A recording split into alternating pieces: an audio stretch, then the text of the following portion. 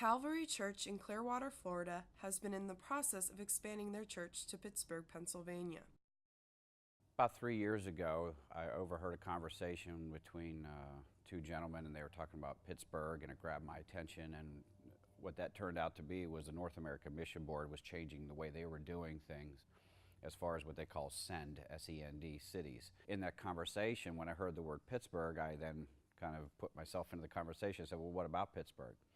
And they asked me, why did I ask? I said, well, I'm from that area. Well, that intrigued them because they're part of that organization, and they started talking to me more. And so as we began to talk about that, I felt something inside. There's just some families that are moving with us. They felt the calling as well since the first time you mentioned it in November to the church.